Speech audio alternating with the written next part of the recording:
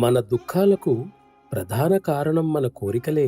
కనుక కోరికలను తగ్గించుకోవటం ఒక్కటే దానికి గల ఏకైక పరిష్కార మార్గం. కోరికలెంత తగ్గితే కష్టాలు అంత తగ్గుతాయి. కానీ అసలు కోరికలే లేకుండా ఉండటం అనేది మరొక సమస్య. కోరికల వలలో మనం చిక్కుకొనిపోయి ఉన్నాం. దాని నుండి బయటపడటానికి మనం ఎంతగా ప్రయత్నిస్తే ఆ వల ఉచ్చులు అంతగా బిగుసుకుపోతాయి.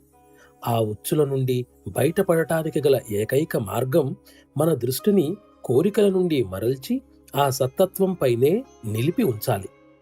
వాటిని పట్టించుకోకుండా విస్మరించటం అలవరుచుకుంటే అవి త్వరలోనే కనుమరుగవడం ఆరంభిస్తాయి. దాని ఫలితంగా మన దుఃఖాలు చాలా వరకు తగ్గిపోతాయి. మన దృష్టిలో సత్తత్వం మాత్రమే నిలకడగా ఉండిపోయి మిగిలిన ప్రతీదీ కూడా తన ఆకర్షణను, ప్రాధాన్యతను కోల్పోతుంది. జీవితంలో పూర్తిగా బాధలు, దుఃఖాలు లేకుండా ఉండటం అనేది అసంభవమే కాదు, అసహజం కూడా. నిజానికి అవి మన మేలు కొరకే ఉద్దేశించబడ్డాయి. అవి ఒక రోగికి ఆరోగ్యాన్ని చేకూర్చే చేదు మాత్రల వంటివి. ఎంత అత్యుత్తమమైన దానినైనా దుర్వినియోగపరిచినట్లయితే మనకు ముప్పు తప్పదు. కష్టాల విషయంలో కూడా అంతే.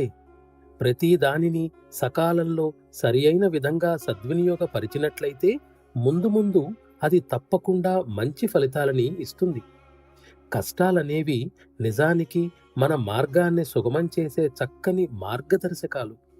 సామాన్య జీవనం గడిపే మనిషిని తీర్చిదిద్దటానికి కష్టాలనేవి ఎంతగానో తోడ్పడతాయి.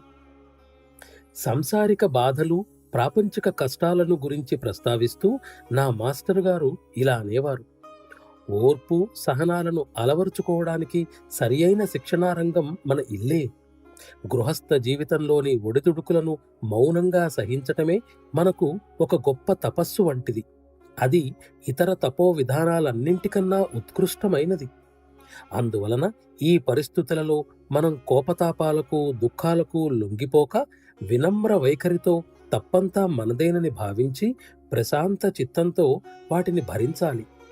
ఓర్పు, సహనం అలవర్చుకోవడానికి ప్రపంచ వ్యవహారాలకు దూరంగా అరణ్యంలో ఏకాంత జీవనాన్ని గడపటం కొందరికి తోడ్పడవచ్చునేమో కానీ మన విషయానికి వస్తే బంధుమిత్రుల ఎత్తిపొడుపులు, చీవాట్లను భరించటమే గొప్ప తపస్సు.